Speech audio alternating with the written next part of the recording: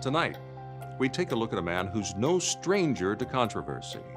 He's one of the most decorated U.S. service members in military history, graduate of 3 different Special Forces programs with enemy combatant kills spanning 4 different American wars. MacGruber. To many, he's a patriot, a hero, but to many more, and in the eyes of the law, he's a criminal. I had a chance to speak with this divisive character and ask how he's adjusting to his new life in prison. What's life in prison like for you? Oh, it's fucking great. Yeah, thank you so much for asking. Great first question, Ted.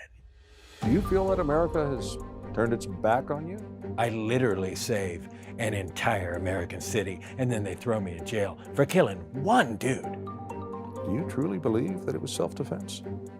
Here we go.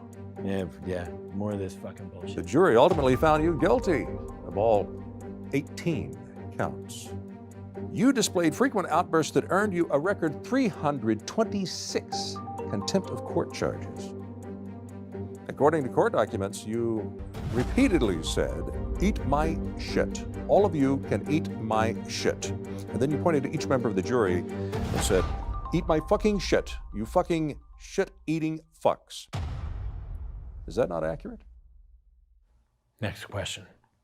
Some have suggested that you weren't the model soldier, that you weren't deserving of the accolades you've received. Well, some can go fuck their own faces. A 5-year congressional report uncovered a litany of human rights abuses and atrocities. Guess that depends on your definition of litany. But what's your definition of litany? What's your definition of litany? A plethora. And what's your definition of plethora? A bunch. So we have the same definitions of the... The report detailed your penchant for cruel guerrilla-style executions. Sounds like me.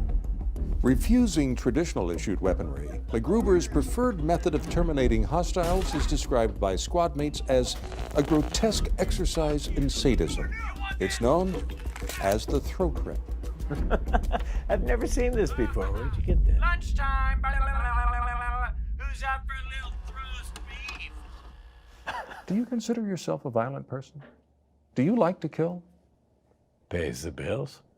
No, seriously, do you? I mean, you know, well, I guess I do. You know, when I was young, I just always knew that that was what I wanted to do, you know? I wanted to kill people. Some people are just lucky they know what they want to do with their lives right out of the gate. Like you probably knew you always wanted to be an ugly reporter. MacGruber, what's a upper decker? Why don't you fucking tell me? An upper decker is the retaliatory act of defecating into the water reservoir of a commode. What you're seeing is a simulation created by the prosecution in MacGruber's 1987 court-martial trial for vandalism. We showed the video to MacGruber.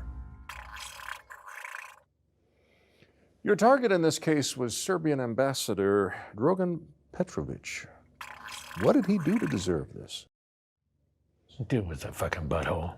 Your actions embarrassed American forces and halted peace talks in the region. You know, look, I get the job done. And sometimes that ruffles some feathers, but it's okay, because I'm a lone wolf. But you weren't always alone. Prison officials tell me you've been sending these letters for years, but they always come back unopened. What happened between you and Vicki St. Elmo? Vicki's the light of my life. And sometimes the light can shine so bright that it burns the moth that's attracted to it.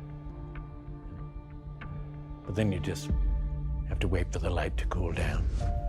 Then the moth can take its teeny tiny little moth dick, have sex with the light again. It's all about moths and lights and dicks, and, you know. You're not scheduled for parole consideration. for 40 years. What's your point? You may never see her again. Oh, how dare you, you fucking piece of shit. You have no idea what the future holds. You think they're gonna keep me in here forever? One day something's gonna happen to America and they're gonna need me and they're gonna come here and they're gonna beg for me to come out. And you know what? I'm gonna say maybe I'll do it, but I'll get out of here, you piece of shit. And I'll get to see Vicki. And then I'm gonna come find you afterwards. And I'm gonna fucking end your fucking life and smile as blood pours out of your fucking eyes and heart. You think I'm gonna stay in here? They're gonna fucking need me! And that's how our interview ended, with more questions than answers. But despite his erratic behavior, MacGruber has a history of impossible victories. He might not deserve his harsh sentence. But if what it takes to see him freed is another unwinnable existential threat to our world, maybe we should all hope he stays locked up for a long time.